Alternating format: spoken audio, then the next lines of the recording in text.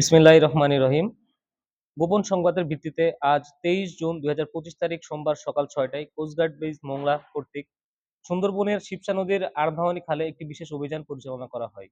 অভিযান চলাকালীন উক্ত এলাকা থেকে একটি একনলা বন্দুক, ৩ রাউন্ড কাজা কার্তুজ এবং সুন্দরবনের কুখ্যাত ডাকাত করিম শরীফ বাহিনীর অন্যতম সহযোগী মোহাম্মদ সোহেল হোসেন মিটুকে আটক করা হয়।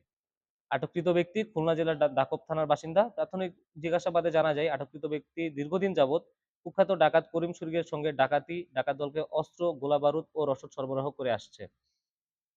কোস্টগার্ডের এ ধরনের সাঁড়াশি অভিযানের ফলে সুন্দরবন অঞ্চল ধীরে ধীরে জলদস্যু ও ডাকাতমুক্ত হয়ে উঠছে। এই অভিযানের মাধ্যমে উপকূলীয় এলাকার জেলে ও মাছ শিকারীরা এখন নির্বিঘ্নে ও নিরাপদে তাদের জীবিকা নির্বাহ করতে পারছেন।